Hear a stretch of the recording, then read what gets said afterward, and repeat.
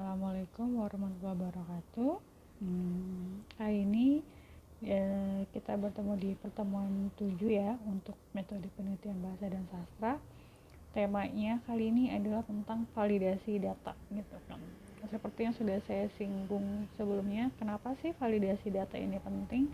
Karena ini untuk memastikan bahwa data yang kita punya, data yang sudah kita kumpulkan itu memang data yang bagus.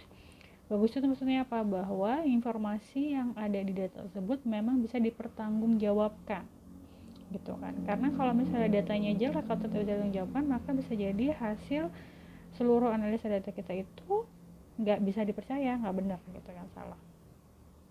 Nah, ada dua pokok bahasannya tentang validasi data dan verifikasi data ya. Oke, verifikasi apa sih validasi data? Validasi data gini, memastikan bahwa, nah itu tadi, bisa jadi kan tadi di bagian pendahuluan kita sudah bikin rumusan masalah nih. Jangan sampai rumusan masalah yang udah kita buat itu ternyata begitu kita melakukan penelitian, kita mengumpulkan data, hasilnya berbeda atau jauh banget dari permasalahan sudah kita tetapkan di awal gitu.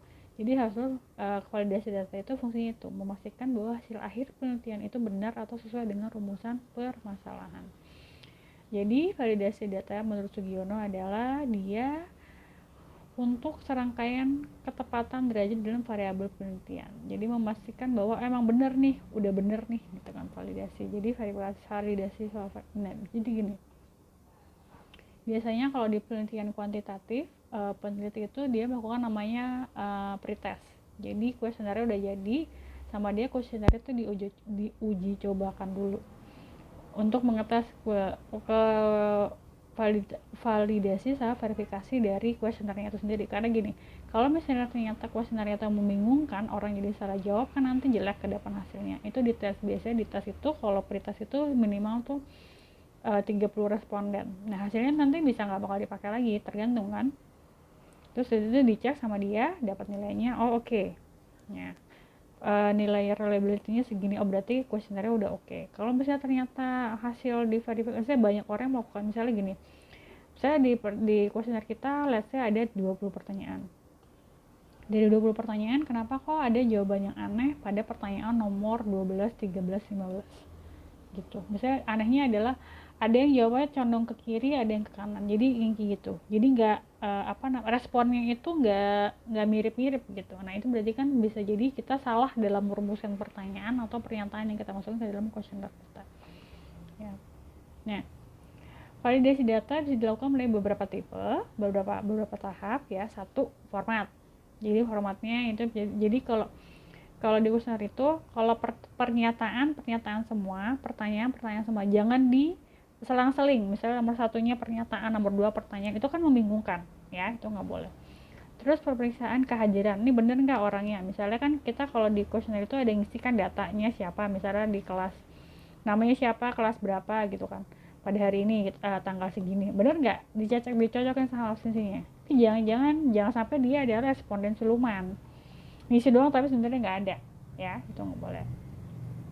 Lalu pemeriksaan tipe data, jadi ini misalnya kalau di kuesioner itu kita udah tahu nih kita mau datanya jawabannya seperti apa gitu kan. Misalnya jawabannya adalah range, misalnya jawabannya tulis ya, misalnya uang jajan per harinya berapa ya kan, tanda tanya, terus pakai RP. Misalnya kalau kata cuma pertanyaan terbuka kan, misalnya terserah dia mau nulisnya berapa, karena itu esai. Misalnya mau nulis per minggunya misalnya uang jajan 500.000, atau kita bikin range gitu kan, 100 sampai 300 gitu kan, 300 sampai 500 yang gitu, terserah. Itu jadi ngecek jawabannya benar apa enggak.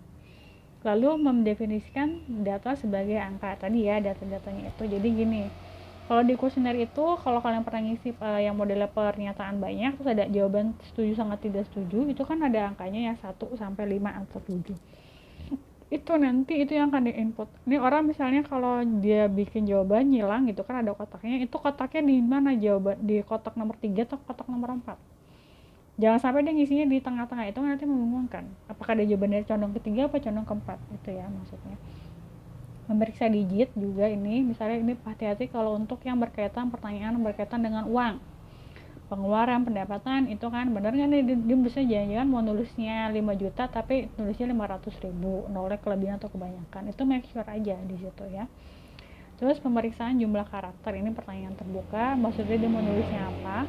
Triangulasi, jadi ini dari berbagai sumber, jadi yang ngecek nggak cuma satu orang, beberapa orang, oh bener nggak datanya segini. Misalnya kalian kuesionernya ke anak SMA, terus pertanyaan terbuka kan, berapa sih uang jajan kalian selama 1 minggu? Saya nggak tahu ada rata-rata, mungkin pada minggu ada uang jajannya yang 101 juta, mungkin ada yang dapat kan, mungkin kalian ada dapat 100.000 lebih gitu kan, ada. Terus atau ada yang terus jawabannya adalah misalnya dia uang jajan mingguannya adalah 5 juta. Oke, ini kamu bisa dicek beneran 5 juta apa anda 500.000, ya nggak sih, itu ya. And then apa sih manfaat, kenapa sih kita perlu melakukan validasi data? Yaitu satu, mempermudah proses entry data. Nah ini kalau di pertanyaan kuantitatif, kita kan nanti akan melakukan entry data nih, maksudnya angka-angka itu kita masukkan ke dalam sistem sebelum nanti di run. Nah itu kalau misalnya kita udah ngecek nih questionnaire, oh sudah diisi semua, oh isinya kotaknya benar, itu nanti kita gampang pada saat kita nginput data tuh gampang ya. Terus meningkatkan akurasi, jadi jangan sampai ada error dalam data penelitian gitu kan, apalagi kalau misalnya kuantitatif kita pakai kuesioner, ini berarti data kita data primer, data menah gitu kan, ini jangan sampai ada yang salah, nanti kalau salah berpengaruh kepada hasil analisis datanya. Lalu memberikan kemudahan penggunaannya.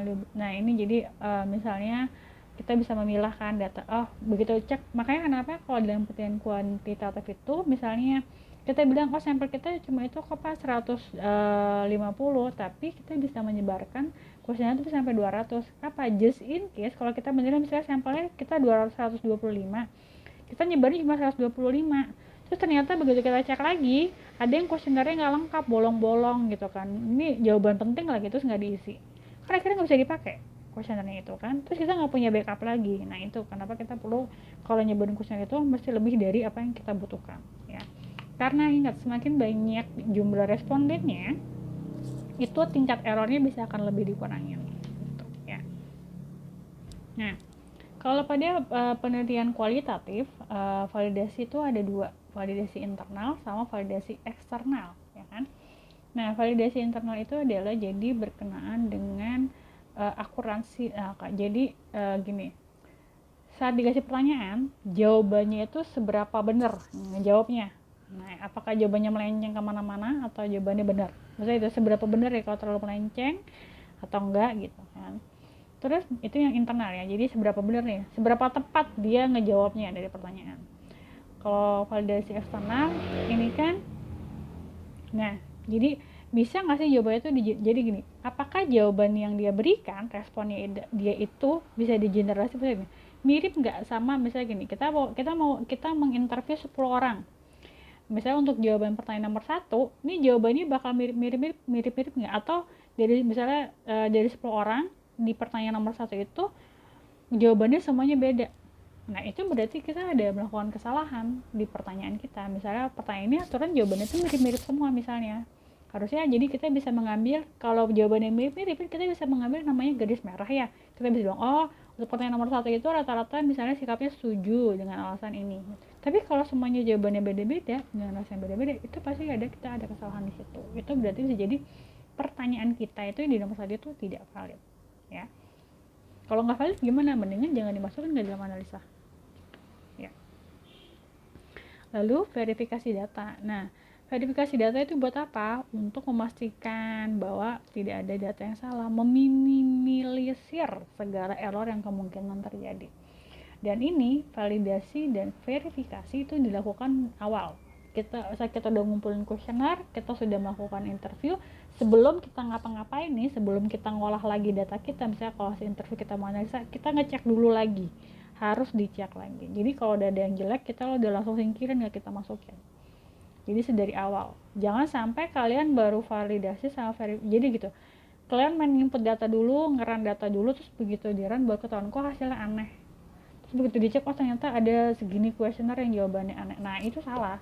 Makanya validasi dan verifikasi harus dilakukan di awal. Setelah semua data kekumpul, langsung diverifikasi sebelum diolah. Jadi sebelum data itu diolah, dianalisis, itu udah selesai verifikasinya ya.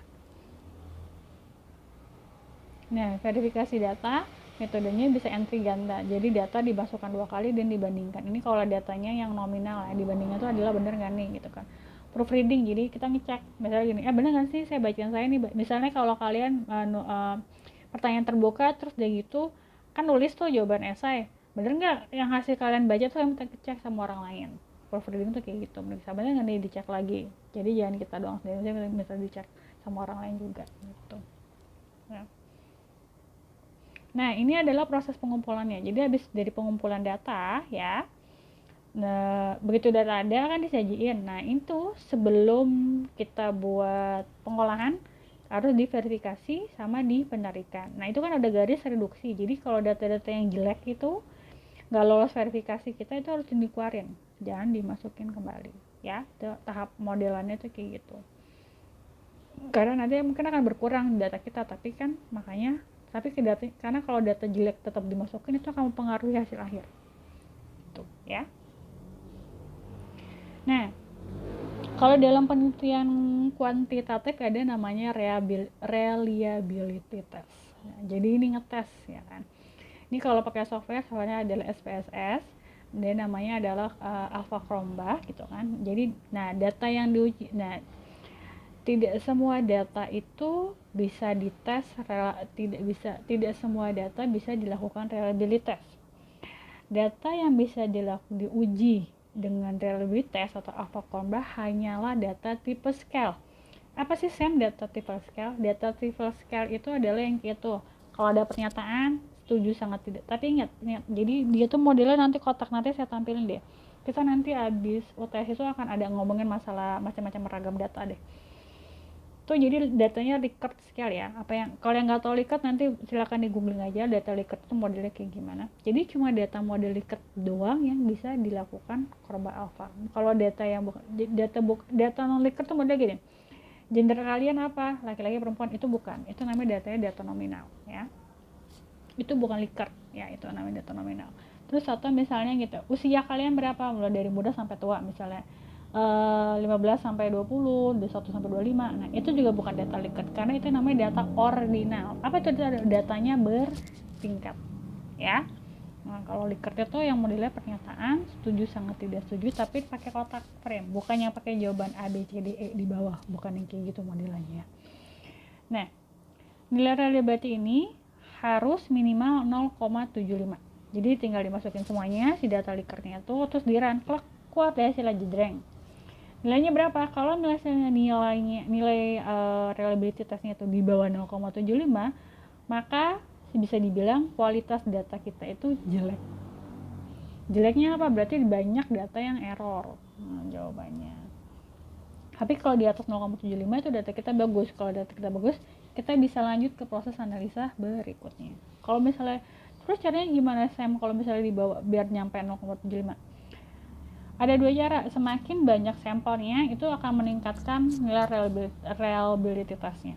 Jadi kalau misalnya awalnya yang di run cuma 30 responden, terus hasilnya masih jelek, misalnya 0,6, tambahin respondennya dari 30 ke 50 gitu. Itu bisa juga.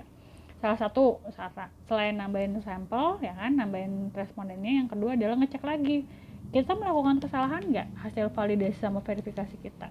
Mungkin kita salah merumuskan pertanyaan, salah merumuskan pernyataan, itu juga bisa ya, di situ bisa ngefek. Pokoknya batasnya adalah 0,75 untuk semua. Jadi kalau misalnya di bawah 0,75 tapi masih tetap dilakukan analisis, bisa dibilang hasil analisis kita itu tidak reliable. Kalau tidak reliable apa ya udah nggak bisa dipercaya hasilnya. Buat apa orang nggak reliable? Berarti kan nggak bisa dipercaya. Kalau nggak bisa dipercaya berarti apa ya udah datanya tuh nggak ada gunanya. Nah itu simpulan itu gitu ya. Kalau nggak reliable berarti kan nggak bisa dipercaya, nggak ada manfaatnya, anfaedah ya. Oke, itu aja untuk di pertemuan ke-7 ini, kita ngomongin validasi dan verifikasi data. Terus nanti kan habis ini ujian ya, UTS bahannya sama seperti dari pertemuan 1 sampai pertemuan 7.